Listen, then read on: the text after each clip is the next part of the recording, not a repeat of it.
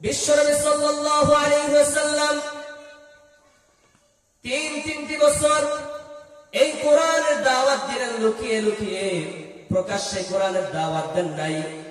মক্কার এমন একটা অবস্থা ছিল, প্রকাশ্যে কোরআনের দাওয়াত দেওয়ার মতো কোনো পরিবেশ ছিল না। বিশ্বনবী সাল্লাল্লাহু আলাইহি ওয়াসাল্লাম লুকিয়ে লুকিয়ে কোরআনের দাওয়াত দিতেন। একদিন বিশ্বনবী সাল্লাল্লাহু আলাইহি ওয়াসাল্লামের উপর আয়াত নাযিল হলো, ওয়া আনযির আশীরাতাকাল আকরাবিন। হে নবী, আপনি আপনার নিকটবর্তী আত্মীয়দেরকে ভীতি প্রদর্শন করুন। অর্থাৎ হে নবী, এতদিন পর্যন্ত আপনি লুকিয়ে লুকিয়ে কোরআনের দাওয়াত দিয়েছেন, এখন আর লুকিয়ে নয়, প্রকাশ্যে কোরআনের দাওয়াত দেন।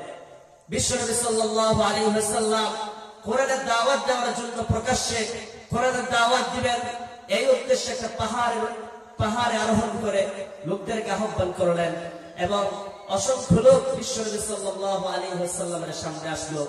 বিশ্বনবী লোকদেরকে উদ্দেশ্য করে বললেন, ও লোকেরা শোনো, আমি যদি তোমাদেরকে বলি এই পাহাড় অপর প্রান্তে একদল সৈন্যবাহিনী অবস্থান করেছে, অচিরে তোমাদের উপর আক্রমণ করবে, তোমরা আমার কথাকে বিশ্বাস করবে কি?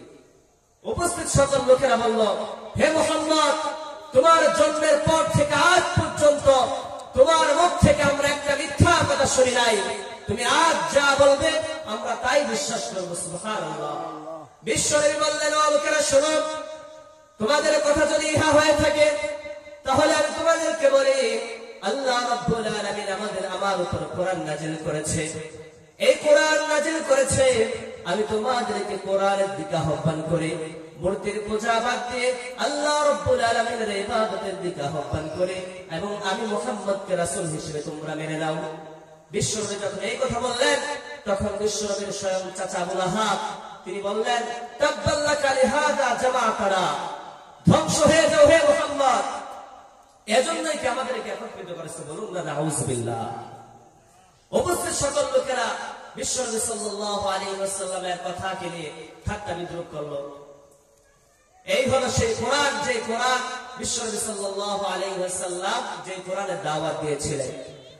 কিছু কিছু লোক ওই সময় বিশ্বনবী সাল্লাল্লাহু আলাইহি ওয়াসাল্লামের কোরআনের ডাকে সাড়া দিয়ে মুসলমান হয়েছিল, আর কেউ কাফের হয়েছিল।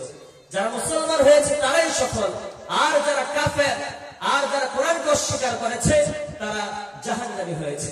যেমন সেই আবু লাহাব জাহান্নামী হয়েছে, আবু বকর ঈমান আনার কারণে, কোরআনকে মানার কারণে সে জান্নাতি হয়েছে।